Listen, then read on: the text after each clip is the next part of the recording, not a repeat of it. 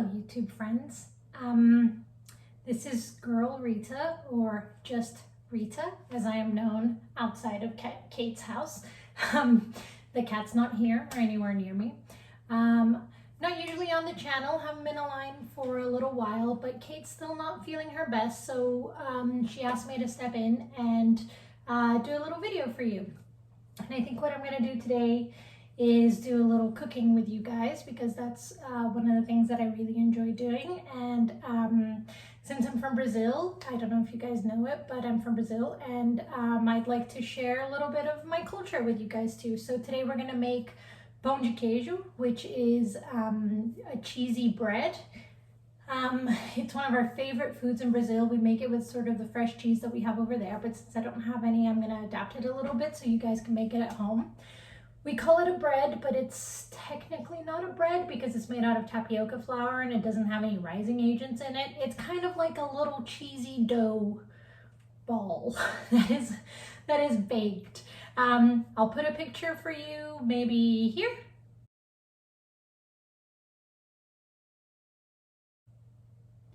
Yeah, so that was a picture of a perfect cheese bread, Pão de Queijo, from the internet, and then in the end we can compare that lovely picture to the ones that I make here. So some of you might know that I'm married to Owen, who is Kate's youngest son, and we live in London, so we live quite far away from Kate and Anna and Martha and John and Agnes, that we do try to visit as much as possible. This is our house in London. This is our kitchen. We just moved here a few months ago, so it's kind of still a work in progress, but we really like it here. Let me close that cupboard. I'll show you around the kitchen, and then we'll get cooking. Okay. So this is Owen and mine's kitchen. Let's go, I'll show you more specific things. So here, starting off, is a little Last Homely House kitchen towel. Cat in a basket. We don't have any pets, but maybe one day we will, when we stop traveling maybe. Here we have an induction hob, which is a little bit different from the gas hobs that we're used to. It did definitely take some getting used to. Over here we have the ingredients, which I will show you in a second. Some bread that I did not bake, though I do bake a lot. This is my KitchenAid, which I use to bake. In the back there you can see some of the fermented drinks that Owen has going. He really likes to ferment things, so some of these are kombuchas. Some of them are, the one in the back is a thing called a kvass. They're just fermented drinks. They're really good for your gut, and they're really tasty, and you make them with fresh fruit and let them ferment for a while, and they're really fizzy. So here is my windowsill that looks into my backyard. I have quite a collection of plants here, not all of them edible. So over here we have a lemongrass, which is really good for Asian cooking and tea. It's a really lovely tea if you have an upset stomach, or other people might call it verbena. That's the same thing. This is a trout begonia. I really like this plant because it's just so wacky. It's called a trout begonia because the leaves are in the shape of a trout, like there. And they're really spotty, like some types of trout. And recently it flowered, which I didn't think it was gonna do. And there it is. It's really lovely. Here we have some basil. Everybody knows that. Here we have some parsley. I have here, Anna gave me these. I can't remember what they're called. I think they might be called string of pearls, and they're not doing very well. So if Anna wants to give me some tips on how to revive my string of pearls, they'd be very welcome. This here is a calathea. It's also not edible. I love this plant because if you can see, it's lovely color in the front, totally pink in the back. And what it does is in the daytime, it looks like this, kind of floppy, but in the nighttime, they move, they all stand up totally straight like that. It's crazy. Maybe I'll put a picture of the evening for you guys to see because it's a lovely plant. Here's just some flowers. I think these are astromelias. I really like them. They're nice and cheap. They're really lovely. And this is a money plant, also a graft from Anna, I think. And it wasn't doing that well because it was up in Owen's office where there's not a lot of light, but it's come down here and it started recovering. So hopefully we'll have loads more leaves soon. So this is our kitchen. Nothing special to see, just where we spend most of our time. So let's get talking about these ingredients. So the main ingredient for the cheesy bread, beyond the cheese, obviously, which I'm going to talk about a little bit more in a minute, is tapioca flour. So I got this tapioca flour from the local Asian deli. They call it tapioca starch. It's the same thing. It's basically a meal made from tapioca, which comes from the manioc root, which is extremely common in Brazil in our diet. We eat it in a million different ways. We puree the root, we fry the root, or we make a thicker flour that we eat with savory foods. And then the tapioca is basically the very, very fine powder that is left over once we've milled this flour. So in the US, I know that you can get these in supermarkets like Whole Foods, or like these sort of more trendy delis, because it's a really great ingredient to bake with if you're gluten intolerant, or if you're like a healthy person avoiding carbs. Well, this is carbs, but I guess I'd say avoiding gluten and that sort of thing. You know, in Brazil it's just an ingredient, but here it's a bit of like a trendy thing. If you cannot find it in a health food store or anything like that, maybe you can try the internet. Really, really easy to find. It's really cheap. This bag that I have here is 500 grams, which is a little bit less than I'd usually make for a recipe. I'd use 800 grams. So the quantities that I'm going to give you today are a bit loopy because I've had to tone them down. So it might have been, you know, 1 cup, and I'm doing 2/3 of a cup because I only have 500 grams of tapioca. So the other ingredients that we are going to use today are about 35 grams of Parmesan cheese. It's freshly grated. It looks like a lot, but it's only 30 grams because I ground it really finely using my microplane. And the same again in cheddar cheese. So I use the British cheddar. I know cheddar is a little different in the US, but use what you have, like a kind of a sharpish cheese, about 30 grams as well. Here I have 2/3 of a cup of water. Doesn't look like there's anything in there, but maybe if I wobble it there, water. In mils, that was 150 mils of water, if you'd rather measure that way. And the same again, 150 mils of whole milk. So that's 2/3 of a cup of whole milk. This is 75 mils of a plain vegetable oil. I'm using canola because that's what I had, but use whatever you have. The less flavored, the better. Canola is a bit strong for me, so pick whatever you have. Vegetable oil is fine. And that is 1/2 cup. And here we have 2 teaspoons of salt. So these are our ingredients. Let's get cooking. So this is the first time I cook and film myself cooking, and it's actually a really tricky thing to do. I want to show you what I'm doing here, but I also want to be able to talk to you and so that you can see me. But here what I've done is I'm putting the water, I'll show you. We're adding the water, the milk. Oh, very wobbly. Cooking and holding the camera is a hard thing to do, guys. So water, milk, and oil in this pan. I spilled some, but that's fine. Water, milk, and oil in this pan. I'm gonna give it a mix. Giving it a mix there. Obviously the oil will not mix into the milk because water and oil don't mix. But here we go. Okay, I'm gonna leave that there for a minute as it cooks, and then once it boils, I'm going to add in the other ingredients. So this is coming up to temperature, but I wanted to show you some of these really interesting patterns that the milk, which is trapped underneath the layer of oil, is making. It's really cool and kind of magical. See, can you see these like bubbles trapped in there? Really, really cool. Yeah. Okay, so it's boiling. I've taken it off the heat and put it in this just this plastic bowl that I have. It's just a normal mixing bowl that I use to bake. I'm going to prop you up here. Okay, I've propped you back up. I don't know if this is the best view of my bowl, but you don't have to see it for now. So here I'm just going to open my tapioca bag, and there's another secondary bag in here.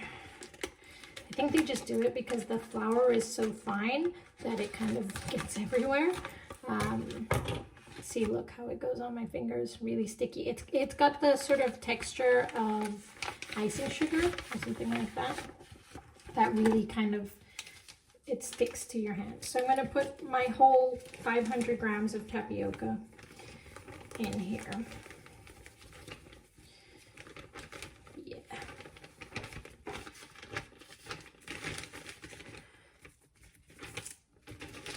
It absolutely gets everywhere, which is hilarious because I decided to wear a dark shirt. So in a minute, I'm sure we're going to be treated to some hand marks all over my face. Okay, so that's one bag. Get rid of that. There's a little bit left in this outer bag, so let's go ahead and dump it all in. You can see the clouds of really fine tapioca. I don't know if this is one of those exploding flours, but it might be, you know, I'm not sure.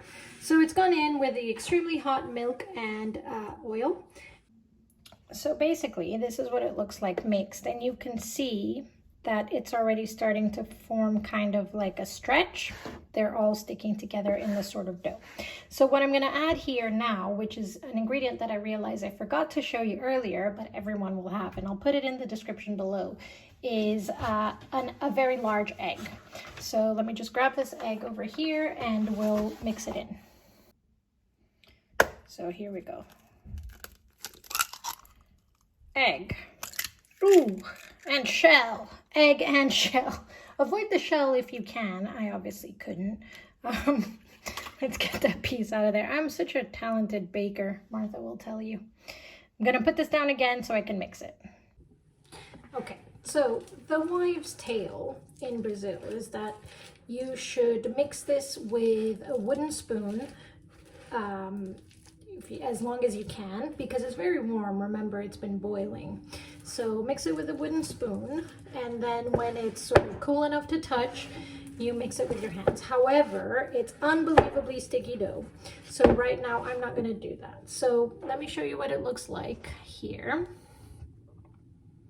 So this is the dough with the egg mixed in. It's basically all mixed in now, and I am going to add the 2 cheeses. So, and now I'm gonna, that's the cheddar, and this is the Parmesan, and I'm gonna mix it again. I'm still using the spoon because it's super sticky. I'm gonna put you down because I can't do this. I can't hold and mix at the same time. So as you see, the dough is quite stiff. I need to hold the bowl. So let's put you down. So I'm mixing this, the cheese in. I think I have a name for this video. I'm going to call this video Up, Down, Cooking with Rita, which is, I might be giving you seasickness is what I mean, contributing to Kate's vertigo. So here we go. We're mixing this, and I'm just going to pause for 1 second to put my oven on, and I'm going to put this on at 180 Celsius. Yeah, I think that's about, I don't know how much that is in Fahrenheit, but I will do the maths and I'll put it down in the show notes below for you if you want to cook this. So here we go. This is an amazingly sticky dough, which is exactly how we want it to be, because the cheesy bread, it has like a very cheesy sort of pull apart, sort of stretchy texture because of all the cheese in it. And that's exactly what we want. So I'm going to mix this a little bit more, and then I'm going to show you what it looks like. So it looks like that right now. The funny thing about this dough is the eggs that I used, they're not Kate's eggs, Kate's chicken's eggs. They're called Beaufort Browns here in the UK. and they have extremely orange yolks. So what's happened is that my dough is very yellow, and that's fine, no big deal. It's just because of the very yellow yolks that we have. So what I'm doing right now is I can see, it's very helpful because I can see where there are bubbles of just the tapioca starch that haven't mixed in with the sort of the yellow dough, because the tapioca is very white. So I'm just going in there, keep mixing until it's all, you know, until it's all no bubbles, well incorporated. And I think this is where it might be helpful to use your hands. Oh, and before I forget, I'm gonna incorporate this salt now. Salt in, 2 tablespoons.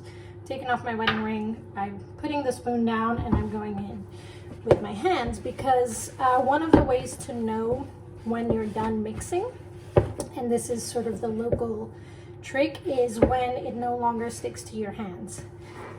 That's when you're done sort of kneading this dough. And as you can see, it's still really sticky, so I'll keep it in.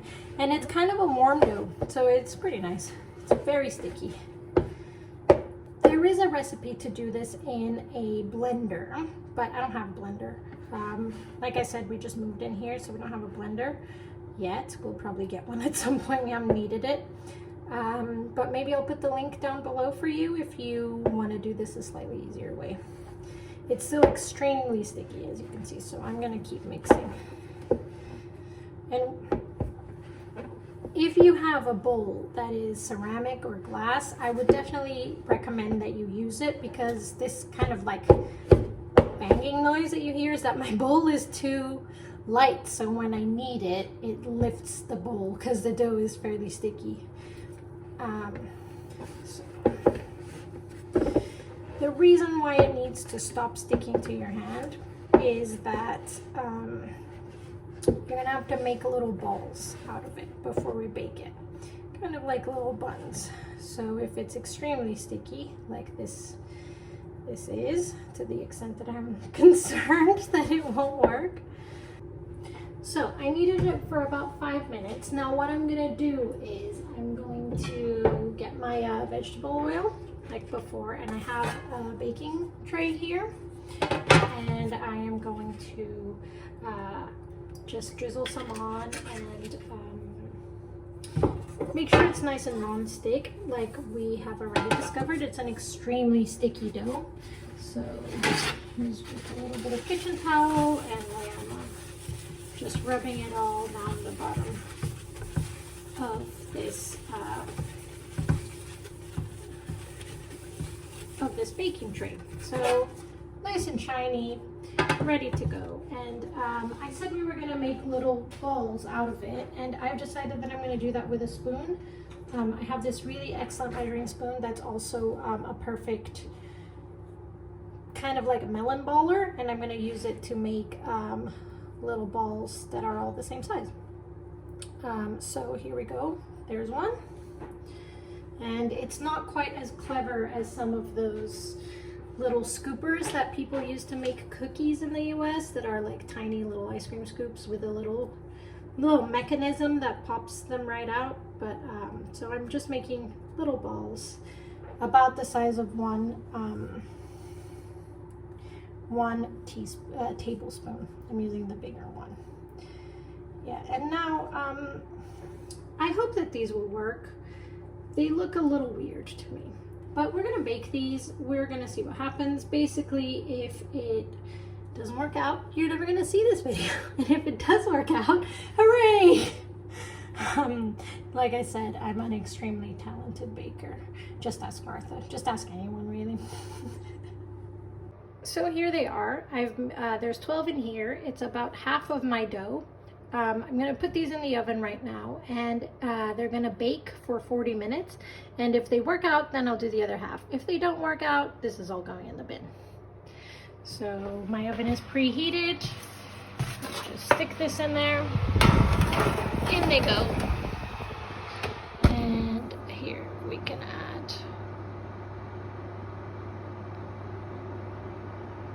40 minutes. There we go. And there they are. we'll check back in a little bit. So I just wanted to catch you guys up on the cheesy breads. They actually look pretty good. I thought they weren't gonna rise, and they have. So this is what they look like. There's still a little ways to go, but there they are. See how they've changed? They've gotten more rounded, and now they're gonna start to get a little bit of color. So what I would say about these cheesy breads is if you're using the tapioca flour in the same way that I have, a suggestion that I would make would be to sieve it before going in, because that was a big problem that I had, was that I couldn't get the clumps of the sort of the cheesy clumps, the tapioca. I couldn't get the little clumps of the very fine flour to undo, and I think that we're gonna have a little bit of bits of flour in there. So that would be my main advice. Other than that, I think it's actually looking pretty good. I'm surprised, but I'm reserving full judgment until I pull them out in about 10 minutes or so, and then I'll let you know. So here I am, crouched at my oven door again. The cheesy breads have been in for about 30 minutes, which is a little less than the recipe indicated, but they look right to me. This is what they look like. You can see that they're nice and brown. They've risen a lot. They look great. So I am going to take them out of the oven and see what they're like. Here they are. I wish I could tell you, I mean, I can tell you, but I wish you could smell what these smell like. They smell really great. Really cheesy, really lovely, but as I said, I knew we were going to have a little bit of trouble with some of the tapioca flour not incorporating, and there we have it. See, like a little piece even exploded there. You can see that little white dot. But I'm gonna pick one of these, and I'm gonna open it so you guys can see. I'm gonna prop you up. Okay, so here we are. I'm gonna pick this one because I think it looks really good. And you can see it's really crispy on the outside, which is what it should be like. Can you hear it? Yeah. Ooh, it's hot. Ooh, very hot. But here we go. Ooh, look at how stretchy this is. It's all lovely cheesiness. Ooh, it's very hot though. So I'll try this again in a few minutes. Okay, it's cooled a bit. So here we go. Can you see that cheesy stretching? Ooh, that's exactly what we want. So,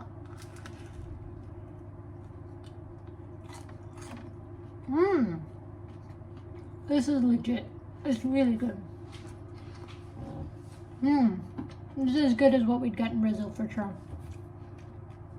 And happily, no tapioca flour sort of clumps inside as I was worried.